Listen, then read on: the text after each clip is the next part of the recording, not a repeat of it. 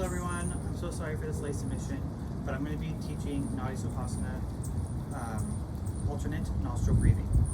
So to do this, we're going to take our right hand and we're going to put it into a pose where we can have our pointer finger and our middle finger down on our palm, our pinky finger and our ring finger and our thumb extended. We're going to use our thumb to close our right nostril and our ring finger to close our left. So we're first going to start by closing our right nostril with our thumb, and we're going to breathe in through the left nostril. Now you're going to release your right nostril, close your left nostril, and then exhale through the right. Now you're going to inhale through the right,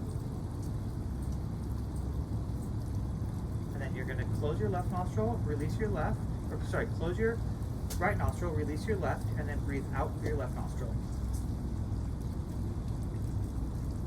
Now you're going to breathe back in through your left. Now release your right, seal your left, and breathe out through your right. Now go through a couple rounds with this me. So again, inhale through your right. Close your right, release your left, exhale. Inhale through your left.